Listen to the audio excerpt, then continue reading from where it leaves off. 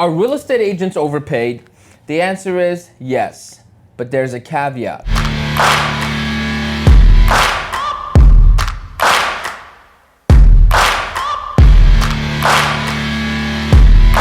Hello there, ladies and gentlemen. I hope you're having an incredible day. If you don't know, my name is Aram. I'm a real estate agent here in the Chicagoland area. I come to you twice a week with amazing content. So if you enjoyed, please take a moment to, show me that you like it. Leave some feedback in the comments, questions, concerns, compliments, insults, whatever you want to say. It's for the algorithm. You'll get a reply from me. Like the video and subscribe. And finally, if you want more one-on-one private conversations, there's a Patreon and a coaching call link in the description. That being said, let's talk about the topic at hand.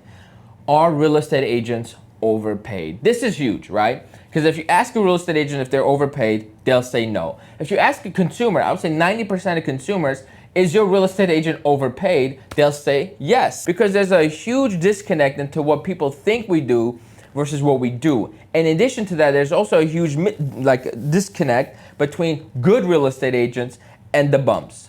Okay, there's just no nice way to put it. There's a reason we have an 80 to 90% failure rate in our industry, because a lot of people join, they half-ass it, they're not serious, they're not dedicated, they do not develop themselves as individuals, they are not assets to their clients, hence they are overpaid. So for example, if you're a real estate agent, all you did was sit down with a client and say, okay, so what are you looking for? Let me get a pen and paper. So what are you looking for? 3 bedrooms, 4 bathrooms, blah, blah, blah, blah, blah. Okay, cool. You go on the MLS, you find the houses, you go show it. They're asking 30 grand, like 300 grand. You offer them 290, you negotiate, boom. If that's all you do as a real estate agent, you could understand why somebody thinks you're overpaid, because that takes no skill. Filling out a pre-written real estate contract takes no skill. That is not why you are a real estate agent. And unfortunately, a lot of our industry is filled with agents just like that. They don't know how to generate business. They don't understand marketing. They are not value adds to their clients. What they are is basically like a servant. The client doesn't want to bother scheduling all these showings, so it's more convenient for the buyer just to work with you, right?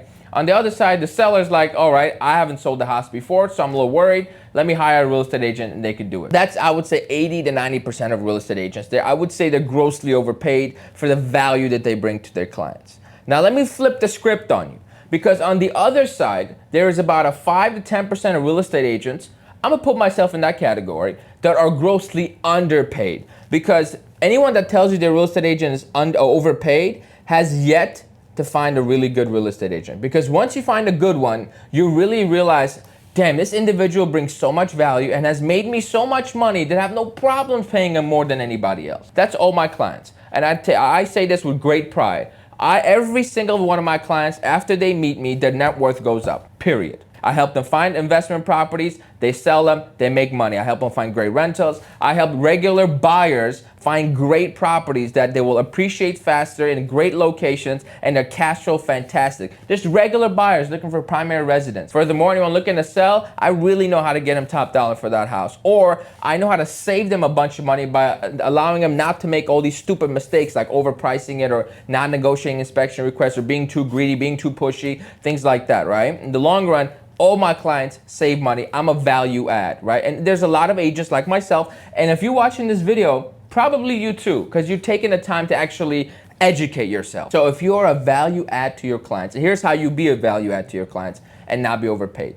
Now, on the sell side, you're helping somebody list the home. This is like one of the times you're like, oh my God, why am I paying somebody 5% of the purchase price to sell my house? This is stupid. For example, insurance. Think of a real estate agent as insurance. If you're really good, you could tell right away which buyer is gonna be a problem, which pre-approval is phony. You could call that lender and ask him just the right amount of questions and figure out, okay, this guy doesn't have his shit figured out. Furthermore, you can figure out exactly what the best price to list this home is, how to negotiate on the back end, how to basically leverage your position to get the most amount of money for your client. If you do all that and you can showcase all that, the client will be like, damn, this guy's good.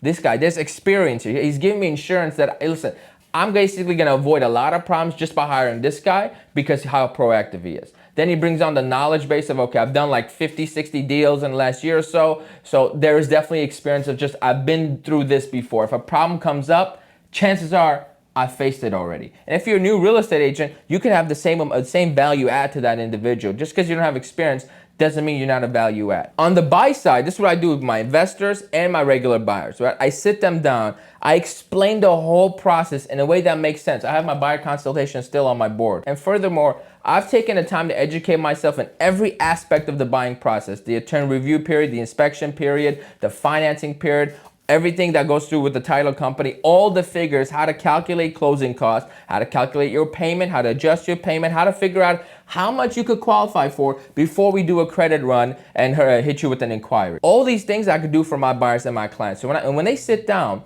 I do all this, and then furthermore, I say, look, you're about to put 20% down on a house. Let me show you what else you could do. Why don't you put 5% down and use the other 15% as a down payment, and the down payment for a rental, that cash will pay off your PMI you're paying, but now you'll have two properties for the same amount of money, right? If you're having these type of conversations, trust me, I'm underpaid. And so are you if you're having these type of conversations. So how you can differentiate yourself from the pack of overpaid realtors as a new real estate agent or whoever you are, right? If you don't want to be considered an overpaid real estate agent, like most of us are, unfortunately, on the surface, before they meet you, they're going to think you're overpaid, right? You really have to invest in yourself, or educate yourself in everything. It doesn't even have to be real estate related, right? It doesn't have to be about the buying or selling process. Figure out the financing. Figure out what the underwriters look for. Figure out what the inspector looks for. Figure out, like, okay, how do I know how much mold costs to remediate? And it's figure out these issues before your client even has to do an inspection. When to recommend radon, when not to recommend radon. How to do the comps the proper way. Learn about taxes. How can you save your clients money on taxes? How can you diversify your clients' portfolios and actually have them invest their money in a better way? How can you tell when a property is a bad property versus a good property, right? These are all value adds, and it's gonna take time. Don't think you're gonna just learn all this crap. Honestly, I didn't learn most of everything I've learned was in the last 2 years, right? The first 2-3 years I was choppy at best. But just really commit to yourself and learn your industry, learn your craft. And once you do, you'll realize that you're underpaid and people are lined up to work with you because there's not a single realtor out there that spent the time to learn about taxes, financing, investments, all that. So you're the only person in your market. Like right now, people reach out to me because I'm the only person in this market that they know, keyword that they know, can help them with their investing needs, their buying needs, their selling needs, and that I'm going to take good care of them. I'm going to explain taxes to them in a way that their accountant can't even do it. And I'm going to show them how to invest their money in real estate specifically. That way it goes the longest way possible. So that is the short and long answer. Are we overpaid?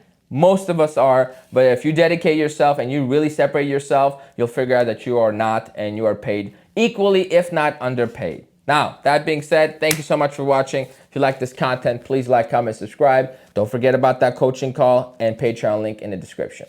Take care.